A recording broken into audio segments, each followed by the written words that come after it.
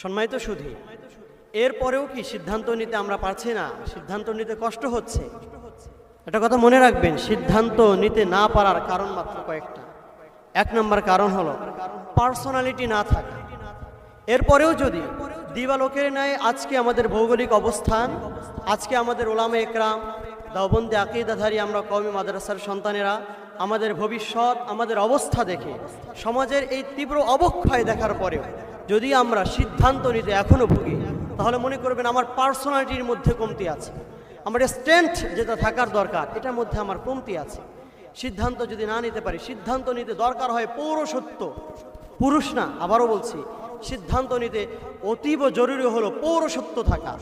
পৌরসত্ব মানে শুধুই মাত্র পার্টিকুলার অর্গান থাকা নয়, পার্টিকুলার অর্গান না থেকেও একজন মানুষ নারী হয়েও পৌরসত্ব তার ভিতর থাকতে পারে। পৌরসত্ব কি? তাহলে আল্লাহ রাব্বুল আলামিন কালামুল্লাহ শরীফের মধ্যে বলেছেন, মিনাল মুমিনিনা রিজালুল্লাহ তুলহিহিম তিজারা ওয়ালা বাইউন আন যিকরিল্লাহ। মানুষের মাঝে কিছু পৌরসত্বশীল মানুষ আছে। মিনাল মুমিনিনা রিজালুল্লাহ তুলহিহিম তিজারা, যারা ব্যবসা বাণিজ্য করবে, ওয়ালা বাইউন আন যিকরিল্লাহ, এনি কাজ, যে কোনো কাজ করবে, যে এঙ্গেজমেন্ট করবে, সমাজের যে কোনো জায়গায় থাকুক না কেন, সব জায়গায় আন বাইউন আন যিকরিল্লাহ, আল্লাহ থেকে, আল্লাহর স্মরণ থেকে, আল্লাহকে মহান রব হিসেবে মানা থেকে কখনোই পৃথক হয়ে যাবে। এর জন্য আমি আপনাদের যারা অফলাইন অনলাইন যারাই আমার সামনে এখন আছে, ভাইজানের সুরে সুর মিলিয়েই বলতে চাই, এক নাম্বার মুসলমানদের অধপতনের পিছনে অনেক বড় কারণের মধ্যে একটা বড় কারণ হলো যে আমাদের মুসলমানেরা আজকে অর্থনৈতিকভাবে একেবারে ডিমোশনে আছে। আমরা যদি আমাদের সক্রিয়তাবোধ, নেতৃত্ব দানের স্থানটা যদি আমরা ধরতে চাই, তাহলে অবশ্যই প্রচুর টাকা ইনকাম করতে হবে। আমি আবারও বলছি, অবশ্যই প্রচুর টাকা ইনকাম করতে হবে। আর প্রচুর টাকা ইনকাম করার কথা এটা আমি আমার জায়গা থেকে বলছি না, মহান আল্লাহ রাব্বুল আলামিন পবিত্র কালামুল্লাহ শরীফের মধ্যে বলেছেন, ওয়ালাকাদ কাতাবনা ফিজ জাবুরি মিন বা'দি যিকরি আন্নাল আরদা ইয়ারিসুহা ইবাদিয়াস সালিহুন। আল্লাহ রাব্বুল আলামিন বলেন, মুসলমানদের জন্য আল্লাহ এই জমিনকে নির্দিষ্ট করে দিয়েছে। এক কথায় পৃথিবীর রাজত্ব করবে মুসলমানেরা, পৃথিবীর ধন সম্পদের মালিক হবে মুসলমানেরা, পৃথিবীর প্রত্যেকটা ইঞ্চির দাপটে চলবে মুসলমানেরা। কিন্তু এই সব কিছু জানার পরেও আমরা যদি একটাবার রিয়েলাইসিস করি পৃথিবীটাদের মধ্যে, আমরা খুবভাবে সূক্ষ্মভাবে যারা একটু হলেও যদি অর্থনৈতিক ব্যাপারে নগণ্য জ্ঞানও কেউ রাখে, আমরা দেখতে পারি আজকের পৃথিবীর প্রত্যেকটা ব্র্যান্ড, প্রত্যেকটা ইন্ডাস্ট্রি, প্রত্যেকটা সেকশনে বিধর্মীদের দখলে। এমনকি পুরো পৃথিবীটা আজকে চলছে মুষ্টিময় কয়েকজন ব্যক্তির হাতে। দেশের প্রধানমন্ত্রী, দেশের যত বড় ক্ষমতাধর হোক না কেন, সবাই জিম্মি ব্যবসায়ীদের হাতে।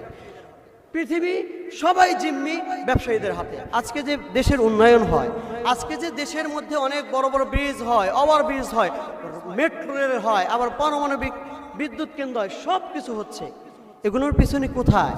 নাই আমেরিকা আমাদের সাহায্য করতে হবে, নাই অমুক জায়গা থেকে দান দক্ষিণা করতে হবে। জাকাত না ঠিক আছে, কিন্তু অমুকের দান দক্ষিণা নিয়ে এসেই তো করতেছি আমরা। আর এটা কারণে গর্ব করি, নবী আলাইহিস সালাতু ওয়াস সালাম হাদিসের মধ্যে বলেছেন, আল ইয়াদুল উলিয়া খায়রুম মিন ইয়াদিস সুফলা, যে ব্যক্তি দান করে এই দান করার হাত হলো উত্তম। আল্লাহ রাব্বুল আলামিন এছাড়াও পবিত্র কালামুল্লাহ শরীফে, আপনারা অনেকে সবাই এখানে যারা এসেছেন আলেম ঘরানা লোক, আমরা লাইভেও যারা আছেন অনেকেই আমরা ইসলামী জ্ঞান আমাদের ধারণ করে থাকি। আল্লাহ রাব্বুল আলামিন যত জায়গায় নামাজের কথা বলেছেন, আকিমুস সালাহ ওয়া আতুজ যাকাত, নামাজের কথা বলেছেন, সাথে সাথে বলেছে জাকাত তোমরা প্রদান করো। এখন আমরা আলেম সমাজ যারা জাকাত করি না, আমাদের অর্থ হলো এমন যে নামাজ পড়ো জাকাত খাও, নামাজ পড়ো বুঝতেছেন না আমার কথা? সহজভাবে বলছি, আকিমুস সালাহ, নামাজ পড়ো আর জাকাত খাও। এই মেন্টালিটি থেকে আমাদেরকে বের হতে হবে, সিদ্ধান্ত নিতে হবে আমি আসলে কি করব। ইসলামের সঠিক বাস্তব যে রূপরেখা, এটা আমার জীবনে লালন আনতে হবে। এই মাইন্ড সেটআপ নিয়ে, আমার সেটআপ করে নিয়ে সাহাবীরা যে আজমাইন রাদিয়াল্লাহু আজমাইনরা যেইভাবে ইসলামকে লালন পালন করেছে, নিজেদের প্র্যাকটিক্যালি জীবনে যেইভাবে নিয়ে এসেছিলেন, আল্লাহ রাব্বুল আলামিন যখন আয়াত নাজিল করলেন, ওয়া আইদ্দু লাহুম মাসতাতাতুম মিন কুওয়া ওয়া মিন রিবাতিল খাইল তুরহুবিউনা বিহি আদুল্লাহ, আল্লাহ রাব্বুল আলামিন আয়াত নাজিল করলেন তোমরা শক্তি অর্জন করো।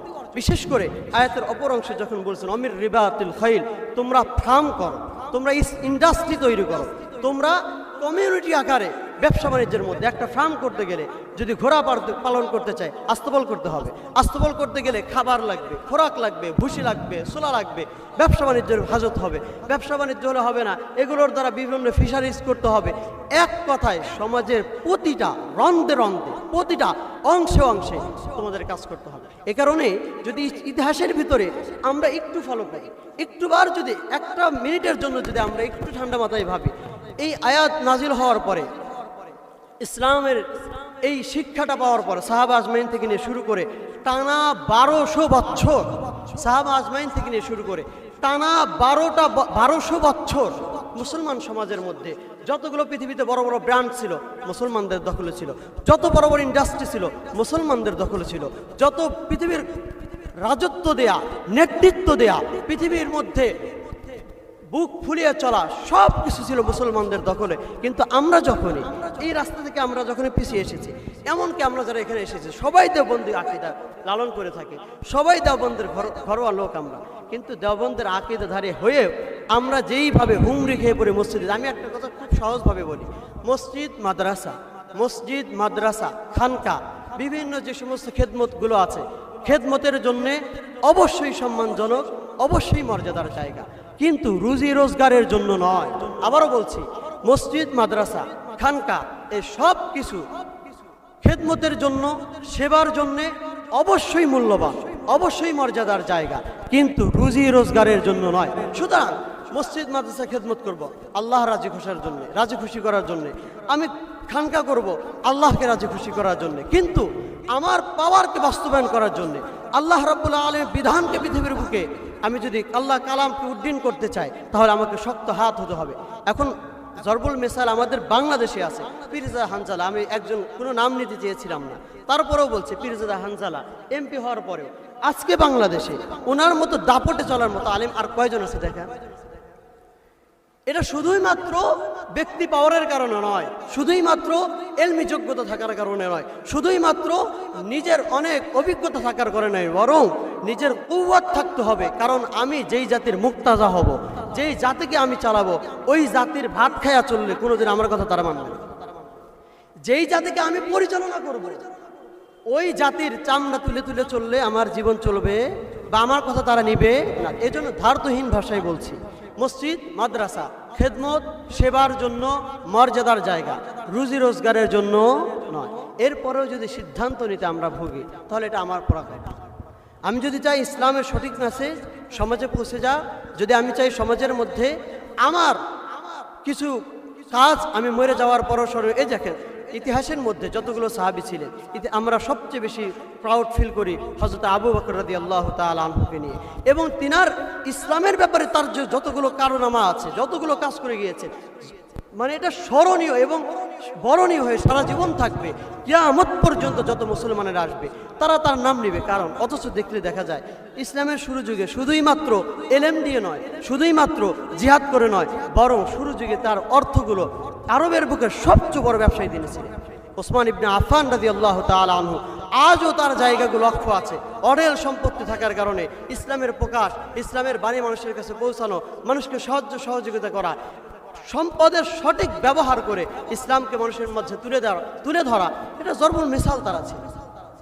আব্দুর রহমান ইবনে আউফ রাদিয়াল্লাহু তাআলা মুহাজির হওয়ার পরে আনসার মদিনায় গিয়েছেন, আনসারী সাহাবীরা যারা ছিলেন, আউস খাজরাজের লোকেরা তাকে বাড়ি দিতে চেয়েছে, ঘর দিতে চেয়েছে, চাষাবাদ করতে দিতে চেয়েছে। আব্দুর রহমান ইবনে আউফ বলেছেন কোনো কিছুর দরকার নাই, বাজারে রাস্তাটা দেখায় দাও। বাজারে গিয়েছেন, এই আব্দুর রহমান ইবনে আউফ যার কোনো চাল চুলা কিচ্ছু নেই, এই ব্যক্তিটা অল্প সময়ের মধ্যে উল্লেখযোগ্য ধনী হয়ে যাচ্ছে এবং তার দ্বারা ইসলামের কাজ অনেক সংগঠিত হয়েছে। সম্মানিত উপস্থিতি, যে বা যাহারা যেখান থেকে আজকের লাইভ অথবা অফিসিয়ালি আমরা যারা শুনতে পারলাম, একটা মেসেজ আমি দিতে চাচ্ছি। আগের যে সমস্ত আমাদের ওস্তাদেরা আজকের মেহমানের আলোচনা করেছে, তার থেকে আমাদেরকে সিদ্ধান্ত নিতে হবে। আজকের এই যে এত সুন্দর একটা পরিবেশ দেখতে ভালো লাগে, আমরা এসেছি এখানকার ক্রেতা আমরা, এখানকার ওয়ানার যারা, বিশেষ করে আমি খুব বেশি কৃতজ্ঞ মাওলানা মুফতি সাব্বির ভাই সাহেব এবং মাওলানা ওমর ফারুক ভাই, আল্লাহ রাব্বুল আলামিন তাদেরকে জাযায়ে খায়ের দান করুক এবং ব্যবসার মধ্যে অনেক বেশি বরকত দান করুক। আমরা দোয়া করি এবং আমরা নিজেদের জন্য দোয়াকে আল্লাহ রাব্বুল আলামিন যেন আমাদের এক একজনকে বড় বড় ব্র্যান্ড, পৃথিবীর মুখে আপেলের মতো ব্র্যান্ড, আরও বড় অ্যামাজনের মতো ওয়েবসাইট, আরও বড় বড় ওয়েবসাইট তৈরি করার মতো তৌফিক দান করেন এবং মুসলমানের শক্তি পৃথিবীর বুকে আজকে 250 কোটি মুসলমান, কিন্তু মুসলমানদের উল্লেখযোগ্য কোনো না আছে কোম্পানি, না আছে কোনো ওয়েবসাইট, না আছে কোনো বড় বড় ব্র্যান্ড, সব কিছু এখন ইহুদি খ্রিস্টানদের দখলে। আল্লাহ রাব্বুল আলামিন এই পৃথিবী যেহেতু আমাদের জন্য তৈরি করেছে, এই পৃথিবীর নেতৃত্ব যেহেতু মুসলমানদের জন্য তৈরি করেছেন, আবারও আমাদের হাতে ফিরে নিয়ে আসার মতো তৌফিক দান করুক। সবাই বলে আমিন।